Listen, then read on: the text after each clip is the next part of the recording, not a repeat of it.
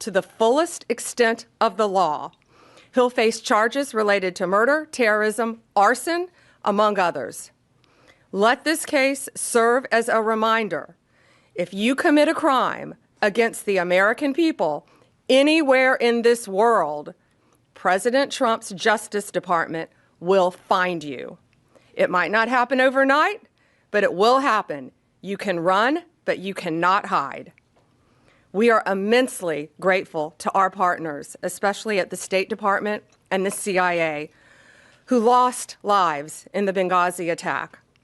Director Patel and the FBI agents did tireless work to track and arrest this man. I want to thank everyone standing behind me, all the agents who worked so great with our lawyers, with our national security lawyers, and around the world to bring this terrorist to justice. And I have a statement to read from Director Radcliffe. He wanted to be here. He couldn't be here. He's busy protecting our world. He's deeply grateful for the relentless efforts of the Department of Justice and the FBI to bring justice to the individual allegedly responsible for the death of Americans in the horrific 2012 Benghazi attack. CIA and the nation will never forget the extraordinary services and sacrifices of Tyrone Woods and Glenn Doherty, who gave their lives in defense of others and exemplified the very best of our agency. I'd now like to turn it over to Director Patel for remarks, and I again want to thank him for his relentless work in this case. General, thank you. And I want to steal one of your lines. Never forget. Pam never forgot. The President never forgot. This FBI never forgot. And certainly U.S. Attorney Pirro never forgot. When an act of terrorism of this magnitude strikes at the heart of our nation, we go to work. President Trump has given us the full resources at the FBI and across the interagency to make sure we deliver justice. And Pam, you're right. Dan and I did sit down early on about this to bring justice, but you led the effort. You brought together the interagency. You said we are going to get this done because no one agency alone can do it. So we are thankful to have an Attorney General at the Department of Justice who works together with every single cabinet secretary and enforce the law. What you saw today, and I want to get, or what you're going to see today, I want to address in a minute, but I want to remind the folks out there the work of this Department of Justice. We were here just a few short months ago talking about how we were going to raise the RFJ for another violent offender on the run, Ryan Wedding. And what did we do under Attorney General's leadership? And what did we do when President Trump said, go get the worst of the worst? We captured him. We captured together, under President Trump's leadership, 6 of the FBI's most wanted fugitives in 1 calendar year. To put that in perspective, that is 2 more than the entirety of the prior administration. And you cannot do that alone at the FBI. You have to have an Attorney General and a Department of Justice willing to prosecute, willing to go to the 4 corners of the earth and make sure we deliver justice. And that's what we're doing here today. I was at the airfield with U.S. Attorney Pirro earlier this morning when we did the formal foreign transfer of custody of Bakush into U.S. custody to face prosecution under her auspices and her office. And the Department of Justice are going to execute justice for the fallen.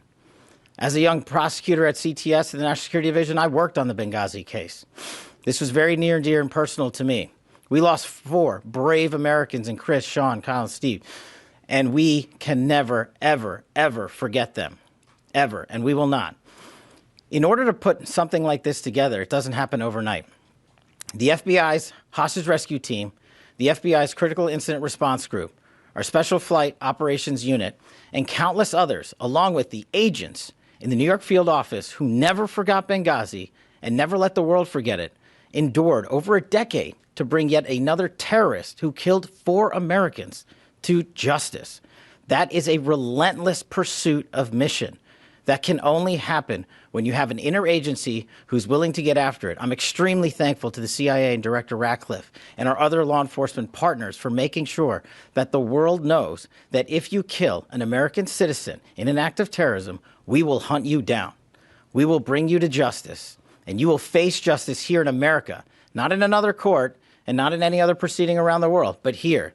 You killed our own, so we are going to take it to the streets to make sure you are held accountable. Once again, I'd really like to thank the entirety of the FBI, headquarters divisions. There are so many moving pieces to actually execute a foreign transfer of custody. And now we're talking about the 7th, the 3rd in just a couple of weeks. And I don't know if that has ever happened before in U.S. history. It's happening because President Trump backs the blue. President Trump has given law enforcement the resources we need to take the fight across the world. And the Attorney General has been relentless in her mission to make sure that these victims are remembered and that we bring them some semblance of peace by bringing those who killed their loved ones to justice. It's a little full circle for me. Yes, then Director Deputy Bongino and I did sit down and said, how are we going to get this guy? How are we going to find the individual responsible for the Benghazi attacks? And we sat down with Jeanine Pirro, and we sat down with the AG and her team and the Deputy Attorney General. And every single day, every single week, we talked about how we would do it. And we're here today because we have an interagency that is led by superior individuals who have one shared goal: protecting America and our lives and our future. And to any others out there who wish to do harm, especially commit acts of terrorism here and around the world, this is the feat you will meet. You will not be forgotten by us. We will chase you down. And it is a privilege and an honor to be the director of the FBI and come full circle for me, especially on this Benghazi case, especially with the families I know so well. And for me to you, the families, I just want to personally say, I continue to pray for you. I hope that we can give you a little bit of peace in the utmost difficult of times when you've lost loved ones. And I just want to thank President Trump for delivering that peace and that modicum of justice. Thank you, Attorney General. Thank you, Director. Thank you, Director. And it's now my honor to introduce the woman who will be prosecuting this alleged terrorist, U.S. Attorney Jeanine Pirro. Thank you, Attorney General. 14 years ago, Americans watched in horror as a scene unfolded in a foreign land in one of the most dangerous places in the world for Americans, Benghazi, Libya. An American ambassador, elite military personnel, and a State Department employee were all violently murdered. For 13 hours, the American cavalry never came. For 13 hours, they waited for help that never came. Today, President Trump is making sure that American justice is coming for those individuals responsible for the deaths of those 4 Americans. Bakush is now on U.S. soil because of the President, Attorney General Pam Bondi, and Kash Patel. The FBI, the Department of Justice, never forgot. There are prosecutors in this room right now who have been in the office for 13 years and have consistently handled this matter in this case. This department will never forget the seemingly forgotten in that outpost in Benghazi. Bakush was first charged by complaint in 2015, which was sealed for 11 years. An indictment, an 8-count indictment, has been unsealed, and it charges Bakush with the murder of Ambassador Chris Stevens, the murder of State Department employee Sean Smith, the attempted murder of State Department Special Agent Scott Wickland, and conspiracy to provide materials for terrorists and support that resulted in the death of 4 Americans, as well as arson at the special mission. I don't have to go through all of the facts, but every one of us remembers this case. I reported on it when I worked at Fox. I had relationships, as Kash Patel just said, with the families. And last night, as soon as they were in custody, because of Pam and because of Kash, we had a limited unsealing order from Judge Cooper that allowed me to speak to the family members to let them know that justice was coming for Bakush. I spoke with Sean Smith's mother, who I've known for years and have communicated with for years. I spoke with Tyrone Woods' widow, Dr. Dorothy Woods. I spoke with Ambassador Chris Stevens' family as well as Glenn Doherty's brother, Greg, as well as his widow. These were people who never expected that justice would be coming. They never knew about the determination in this room and behind me and the incredible work of the FBI along this case for years and years, because this was something that mattered. The Benghazi saga was a painful one for Americans. It has stayed with all of us. And let me be very clear, there are more of them out there. Time will not stop us from going after these predators, no matter how long it takes, in order to fulfill our obligation to those families who suffered horrific pain at the hands of these violent terrorists. And now, I again want to tell everyone that American justice is here, that President Trump will make sure that the cavalry comes for Americans no matter where they are in this world. Thank you. We'll take a few questions. I'm looking, I have a on topic and an off topic. Sure. Tell us a little bit about how he was captured, where he was captured. Was he in jail for a while before? Was he at home? What can you tell us about how this all went down? We're not going to give out a lot of the details, but I'm going to let Kash take what we can say. The general's right. We have to protect the integrity of the investigation and the ongoing prosecution. That's of the utmost importance. It always is, to make sure even this individual receives the constitutional protections only afforded in the United States of America. But an FTOC, a foreign transfer of custody, is executed by the FBI each and every time with special tactical assets, FBI agents, and of course medical personnel.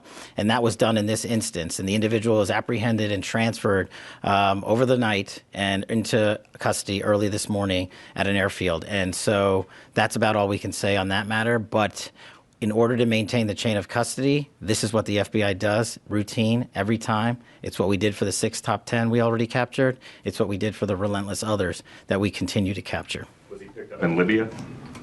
He was picked up overseas. And then if I could just ask you two quick off topics. Obviously, this terrible tragedy we're watching in Arizona with Nancy Guthrie. I understand you know Savannah Guthrie. What is the federal government doing right now? Is the FBI now leading the investigation, taking it over from the locals? We're doing everything to assist the locals. We're working with the locals. Breaks my heart for Savannah and for her family. I know she's asked for all of our prayers. So please pray for her beautiful mom, pray for her family that she's returned home. That's all we can say about that at this time. But yeah, I've known Savannah for over 30 years, and it's breaking my heart. If I may, there seems to be a little confusion with DNI Gabbard was down in Atlanta last week for the Fulton County search. Originally, this office said that she was not part of the investigation. She put in a letter to Congress that President Trump directed her to do so. And then now President Trump yesterday said that it was at your insistence that she went down there. So what is the case here? Yeah, thanks for asking that. It's that's interesting because DNI Gabbard and I are inseparable. We are constantly together, as are the people behind us. We constantly talk. We collaborate as a cabinet. We're all extremely close, know what each other, what we're doing at all times pretty much to keep not only our country safe, but our world safe. And she was down there with Deputy Director Andrew Bailey of the FBI. And I'm not going to talk about any other details of that matter right now because Georgia's a very important issue to us. She was there. We're inseparable. That's all I'll say. Mike, let me see. Can you say, was there foreign involvement in the capture of this suspect? What kind of assistance did you get from other countries? I'm going to let Director Patel take that. I think we're not going to be able to say a lot on that matter as well. But, and to you personally, I'm so sorry you and your NBC family are going through this right now. We appreciate it. As the general said, in order to execute an apprehension, a capture, and a foreign transfer of custody, no one agency alone can do it. We did it throughout the interagency here, and of course we're working with partners overseas. And we're not going to get into the details of those conversations and those ongoing matters because as the U.S. Attorney indicated to you, we're not done. And so what we want to do is maintain not just the integrity of this investigation, but the possibility and the promise of bringing more individuals to justice for this heinous act of terror. Do we have time for a couple more? Yeah, we can do one. We have something else going on at 10 o'clock down there. Cameron, Daily Wire. Yeah, so I'm Benghazi. What did the communication look like between the Trump administration and the victims' families throughout this process, if any? I know someone as far as Sue Clinton during, in the early days of this, but what's the communication look like with them? I think what I can say now is that oh, do you want to take that, Director? We've had to keep everything very quiet for obvious reasons up until this point. And then U.S. Attorney Pirro, as she said, contacted all the families, and I think they were absolutely thrilled. I think they had probably lost faith that something would happen. But again, we never forget. Donald Trump never forgets.